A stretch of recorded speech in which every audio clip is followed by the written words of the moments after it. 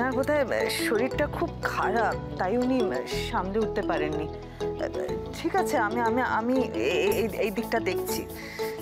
একদম না,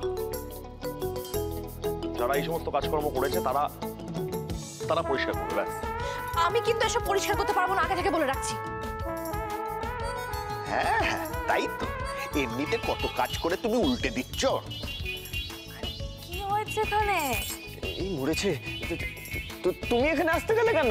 এই এরকম ভাবে বলবে না তো। কি হয়েছে? বাবা ঘরের কাজ করতে বলেছে তো, কোনো অসুবিধা নেই, আমি করে দিচ্ছি।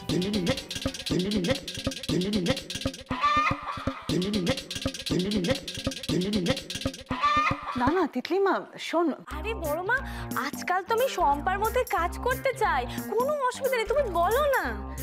এই তোর মাথাটা কি একেবারে খারাপ হয়ে গেছে? তোর বরের যে এক একখানা কাণ্ড কারখানা না, তুই এখন এগুলো পরিষ্কার করবি?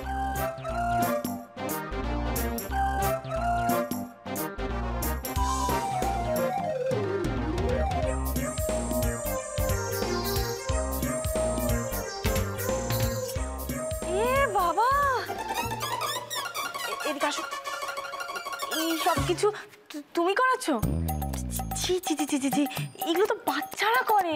কি নোংরা গো তুমি। ও বুঝেছি, রাতের অন্ধকারে বাথরুমটা কোন দিকে তুমি বুঝতে পারোনি, তাই না? তুমি কি কি তুমি হ্যাঁ, নিজের বরের উপর এতটুকু বিশ্বাস নেই? আমি এগুলো যেখানে সেখানে করো? ভগবান, এরকম একটা বউ, আর এই যে এরকম মার মামা, যার কপালে জুটবে তার এরকমই অবস্থা হবে।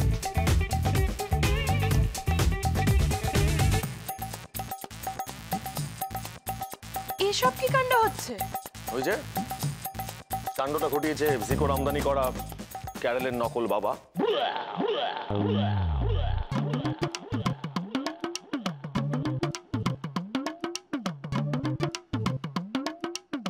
নকল কাম করণের আমার একেবারে ইচ্ছা ছিল না।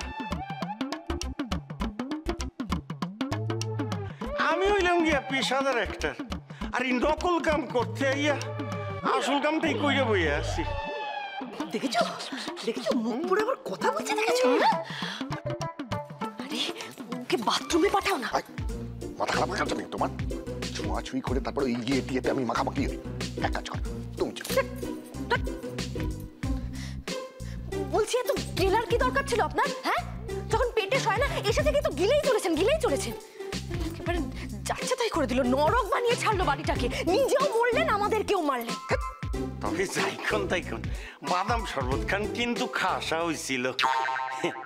আর এক গ্লাস বাদাম